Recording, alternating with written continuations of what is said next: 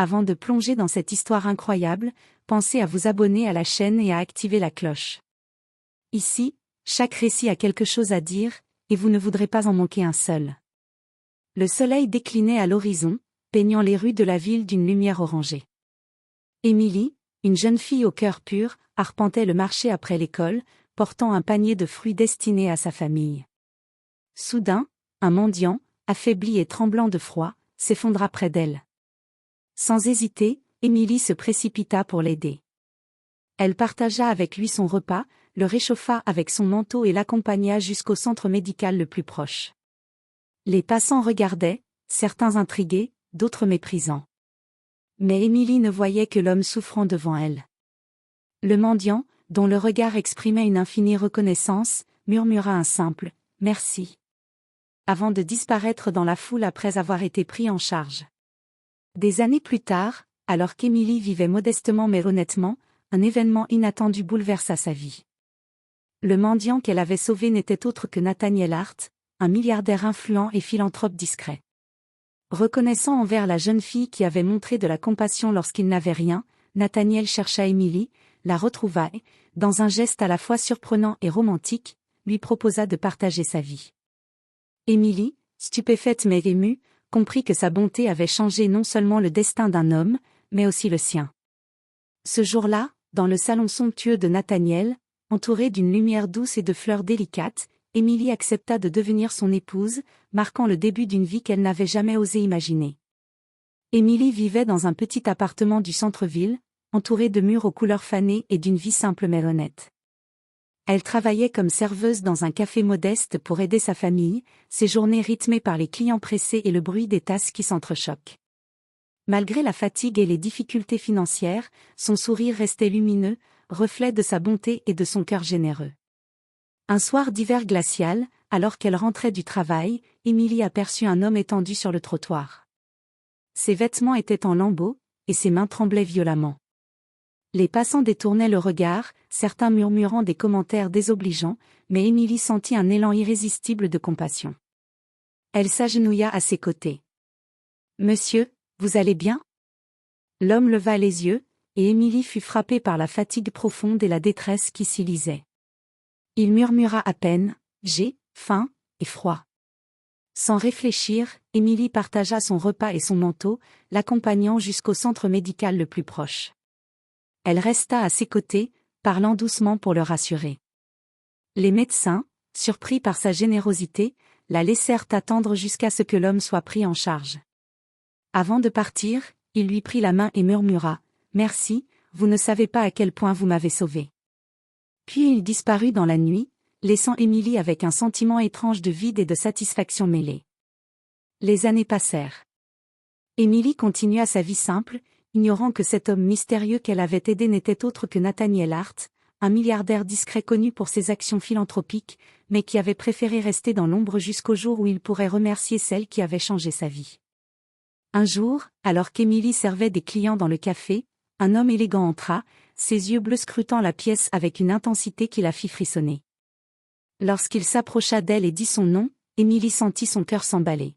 « Émilie, vous souvenez-vous de moi ?» Elle le regarda, incertaine, puis la vérité frappa, c'était lui, le mendiant qu'elle avait secouru autrefois. Ce jour-là, leur destin bascula pour toujours. Émilie n'en revenait toujours pas. L'homme devant elle, élégant et imposant, n'était autre que Nathaniel Hart, le milliardaire qui avait autrefois été un simple mendiant. Son cœur battait à tout rompre, partagé entre la surprise, la curiosité et un sentiment étrange de déjà-vu. Nathaniel, de son côté, observait Émilie avec tendresse et admiration. Pendant toutes ces années, il n'avait jamais oublié la jeune fille qui avait tendu la main à un inconnu sans rien attendre en retour. Et aujourd'hui, il voulait la remercier, de la manière la plus sincère et profonde qui soit.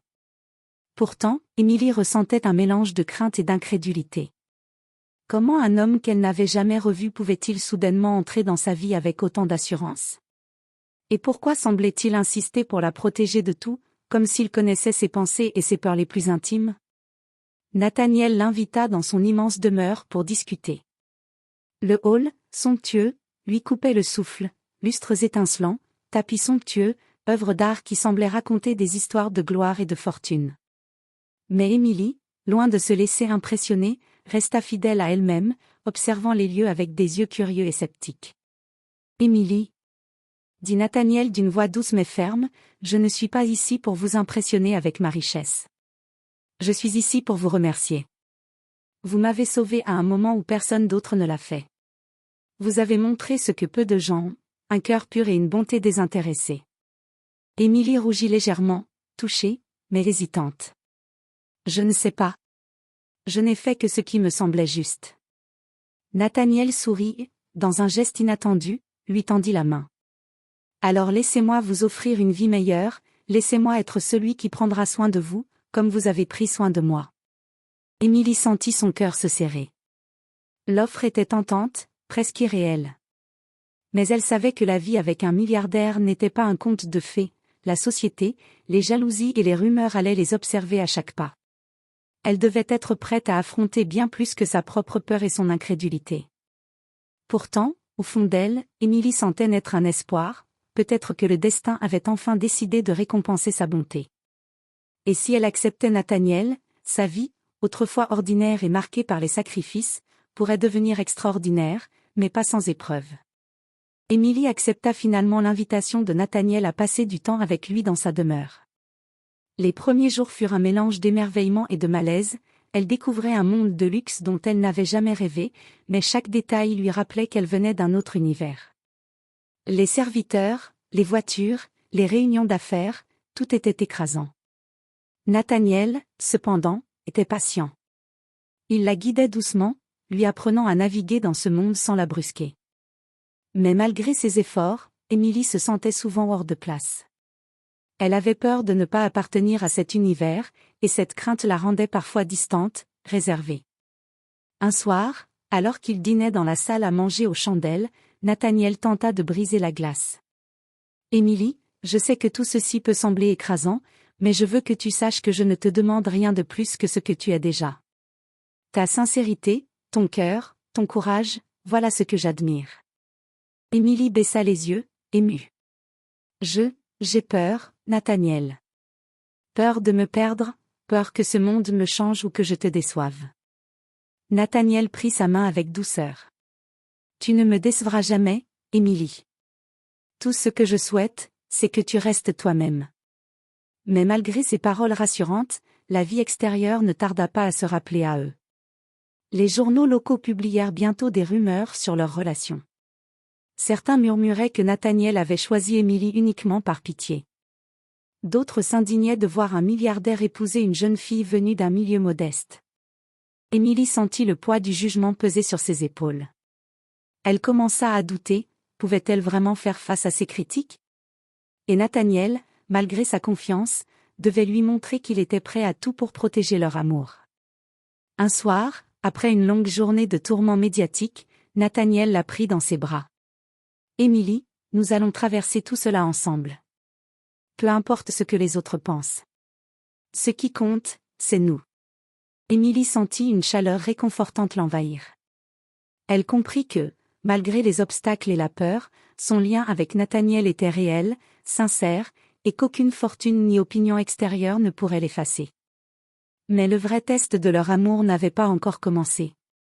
Quelques semaines après leur rapprochement, Émilie et Nathaniel semblaient s'être installés dans une routine fragile mais heureuse.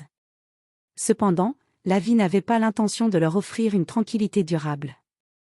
Un matin, alors qu'Émilie se promenait dans le parc pour réfléchir aux événements récents, elle fut abordée par une femme élégante et froide.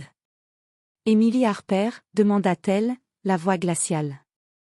Émilie, surprise, acquiesça. « Je suis Vanessa Clay, journaliste. Vous devriez savoir que votre relation avec Nathaniel Hart fait scandale. Les lecteurs se demandent comment une fille ordinaire peut prétendre à une place à ses côtés. » Les mots frappèrent Émilie comme un coup de poing. Les critiques, déjà présentes dans les journaux, semblaient maintenant personnifiées. Elle sentit une colère mêlée de peur monter en elle. Était-elle seulement prête à affronter ce monde de jugement et de faux-semblants? De retour chez Nathaniel, elle confia ses craintes. « Je ne sais pas si je peux supporter tout ça. Tout le monde doute de nous. » Nathaniel la prit dans ses bras, le regard déterminé. Émilie, personne n'a le droit de décider de ce que nous sommes. Nous avons traversé bien pire avant que je ne devienne qui je suis aujourd'hui. Rappelle-toi, tu m'as sauvée quand j'étais au plus bas. Si nous avons survécu à ça, nous survivrons à tout le reste. Leur lien se renforça dans l'épreuve. Émilie comprit que la richesse et la renommée ne pouvaient effacer ce qui les unissait, leur confiance mutuelle, leur sincérité et la gratitude profonde qui liait leur cœur. Mais l'univers semblait décidé à tester leur amour une dernière fois. Une affaire de scandale impliquant la famille de Nathaniel éclata dans les journaux, menaçant non seulement sa réputation, mais aussi la sécurité d'Émilie. Les menaces anonymes commencèrent à arriver, l'obligeant à se cacher temporairement. Face à cette menace, Nathaniel fit preuve de tout son courage et de sa détermination. Il organisa leur sécurité, mais surtout, il resta aux côtés d'Émilie, lui montrant que, peu importe les dangers, il ne la laisserait jamais seule. À travers la peur et l'incertitude, Émilie réalisa une vérité essentielle: l'amour n'est pas l'absence d'épreuves, mais la capacité à rester unie malgré elles. Et ce jour-là, alors que la nuit tombait sur la ville, Émilie et Nathaniel, main dans la main, comprirent que leur amour, forgé par le destin et la bonté, était plus fort que tout. Le temps avait passé, et les épreuves qu'Émilie et Nathaniel avaient affrontées semblaient désormais lointaines, presque irréelles. La vie avait fini par leur offrir la tranquillité qu'ils méritaient.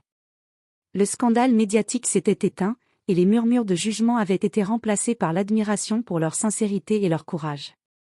Émilie, autrefois jeune fille modeste et discrète, était devenue une femme épanouie, respectée non pour sa richesse, mais pour la bonté et l'authenticité qu'elle continuait de rayonner.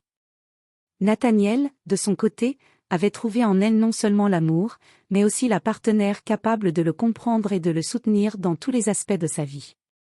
Un matin, dans le jardin luxuriant de leur demeure, Émilie observait les roses s'ouvrir sous la lumière du soleil. Nathaniel s'approcha doucement, et prit sa main comme il l'avait fait des années auparavant, lorsque leurs chemins s'étaient croisés pour la première fois. « Émilie » murmura-t-il, les yeux brillants, « chaque jour à tes côtés me rappelle que tout ce que j'ai accompli n'a de sens que parce que tu es là. Tu m'as sauvée autrefois, et aujourd'hui, c'est toi qui illumines ma vie. » Émilie sourit, sentant son cœur se remplir d'une chaleur indescriptible. « Nathaniel, je n'ai jamais regretté un seul instant, même quand j'avais peur. Parce que tout ce que nous avons traversé nous a rapprochés, et je sais que rien ni personne ne pourra nous séparer. » Ils s'étreignirent, et pour la première fois depuis longtemps, il n'y eut ni peur, ni doute, ni obstacle. Juste eux deux, unis par la gratitude, la tendresse et un amour qui avaient survécu à toutes les tempêtes. Leur histoire, née d'un geste de bonté, avait défié le temps, la fortune et les épreuves. Et tandis que le soleil baignait leur jardin de lumière dorée, Émilie et Nathaniel comprirent que le vrai miracle n'était pas la richesse ni la renommée, mais le pouvoir d'un cœur généreux et la force de l'amour véritable. Et ainsi, main dans la main, ils avancèrent vers un avenir rempli de bonheur, sûrs que, peu importe ce que la vie leur réservait, ils seraient toujours ensemble.